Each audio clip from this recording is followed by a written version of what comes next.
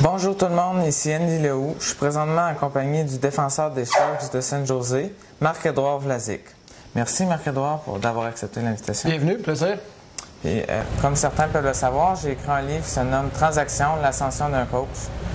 Dans mon livre, je parle de la poursuite de nos rêves, de la détermination, de la persévérance. J'ai donc quelques questions sur le sujet. Première question. Quand tu étais plus jeune, avais-tu des rêves ou des objectifs en tant qu'hockeyeur? Des rêves, c'était de jouer dans la Ligue nationale.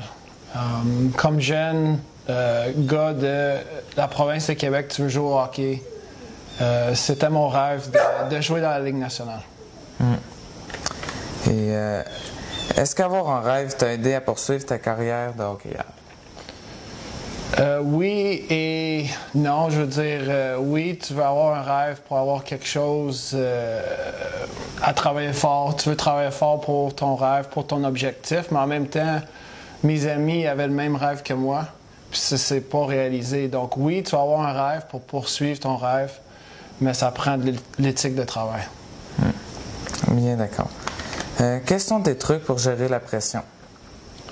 Mes trucs à moi, j'en ai pas tant que ça. Moi, je suis une personne assez relaxe, tranquille, simple. Donc, pour moi, individuellement, il n'y a rien qui me stresse.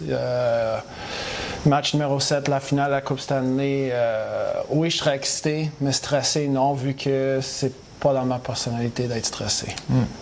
Donc, pour toi, tu fais fi de tout ça puis tu te concentres plus sur ton match? Oui, moi, quand je joue au hockey, quand j'embarque sur la glace, je suis capable de mettre tout de côté. Quand je suis sur la glace, c'est moi, mes coéquipiers puis la rondelle. Quelle est l'importance du mental dans le sport? Très important.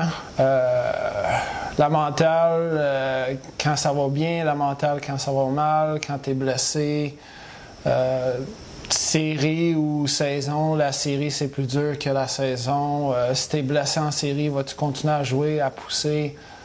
Oui, il y a du mental qui embarque. C'est physique, mais mental, si tu es capable d'aller dans le coin contre un gros gars, si tu es blessé, d'aller chercher le 10% qui manque. Donc oui, les gars sont super physiques, super rapides, mais si tu n'as pas la mentalité de le vouloir, tu ne seras pas un des meilleurs. Quel est ton coéquipier le plus persévérant et déterminé et pourquoi? J'en ai beaucoup qui sont déterminés et persévérants.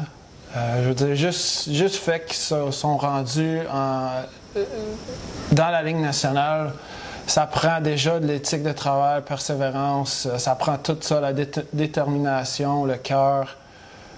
Donc, tous mes coéquipiers l'ont, tous les joueurs de la Ligue nationale, tous sportifs professionnels en général ont ça, vu que dans la Ligue nationale, il y a juste 700 joueurs sur des millions qui voudraient jouer dans la Ligue. Quelle a été ta plus grande difficulté dans ton chemin vers la Ligue nationale? La plus grande difficulté, c'est vraiment dur à dire. Honnêtement, tout s'est fait assez rapidement, un cheminement assez rapide. À 18 ans, je jouais junior à 19 dans la Ligue nationale sur la première paire de défense à 23 minutes par match. Moi, ça fait déjà 11 ans que je joue dans la Ligue. Je vais dire, c'est pas facile de faire la Ligue nationale, mais c'est facile de faire la Ligue nationale. Qu'est-ce qui est plus dur, c'est de rester dans la Ligue nationale. À chaque année, tous les joueurs s'améliorent et la carrière d'un joueur dure de 4 à 6 ans. Donc, oui, c'est pas dur, mais c'est encore plus dur de rester dans la Ligue nationale pour une durée de 10 à 15 ans. Oui, parce que ça peut arriver, tu réalises ton rêve, tu arrives dans la Ligue nationale, mais c'est vraiment pas terminé parce qu'il faut que tu mettes encore plusieurs efforts pour rester à un niveau de jeu très élevé. Mais je comprends, ça peut être très dur. Oui, il y a beaucoup de joueurs qui jouent 5 à 10 matchs, il y en a qui jouent 2-3 saisons. Oui, ils ont réalisé leur rêve, ils ont joué dans la Ligue nationale, mais ce bout-là était facile. Le plus dur, c'est de rester dans la Ligue et être compétitif parmi les joueurs qui sont là pendant une dizaine d'années. De quoi es-tu le plus fier dans ta carrière d'hockeyeur?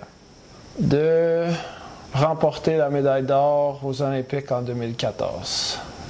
Tu représentes ton pays, tu joues au hockey, tu joues avec les meilleurs contre les meilleurs. Il n'y a rien qui bat ça. Oui, parce que j'ai vu, tu avais l'air quelqu'un de très fier de ça, parce que je t'ai entendu dans plusieurs entrevues. Puis sur Twitter, tu partageais souvent des affaires des Olympiques.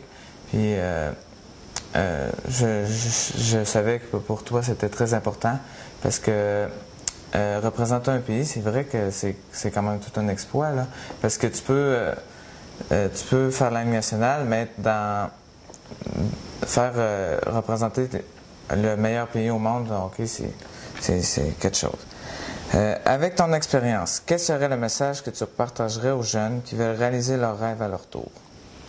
Ben, je vais parler du hockey premièrement. Le hockey, tous les jeunes gars rêvent de jouer dans la Ligue nationale. Et s'il y a un groupe de 10 gars qui ont 5 ans qui veulent jouer, il va en avoir juste un des 10 qui va pouvoir jouer dans la Ligue nationale. Tu espères que les 10 vont le faire, tant mieux. Mais c'est celui qui met plus d'éthique de travail, qui travaille plus fort, je veux dire, qui pratique plus que les autres. Un dimanche matin à 7 h, faut aller à l'aréna. Faut pas que tu restes avec tes amis jouer au Xbox ou à 10 h le soir.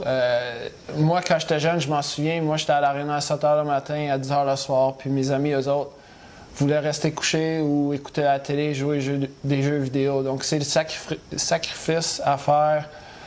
J'ai changé d'école 5 fois en 5 ans pour jouer au hockey. Aujourd'hui, j'en suis fier, ça a marché.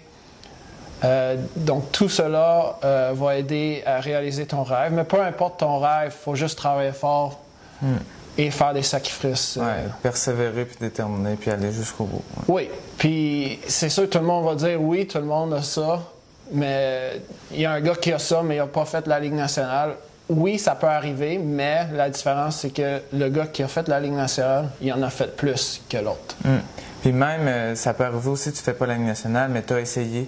Puis tu peux être au moins fier d'avoir essayé, parce que quand tu n'essayes pas, tu auras toujours en toi, qu'est-ce qui aurait arrivé si j'aurais essayé, puis si j'aurais donné mon max. Exact, tu n'as pas de regret. Bon, bien, tout le monde, merci d'avoir écouté, puis on se retrouve une autre fois pour une prochaine entrevue. Salut!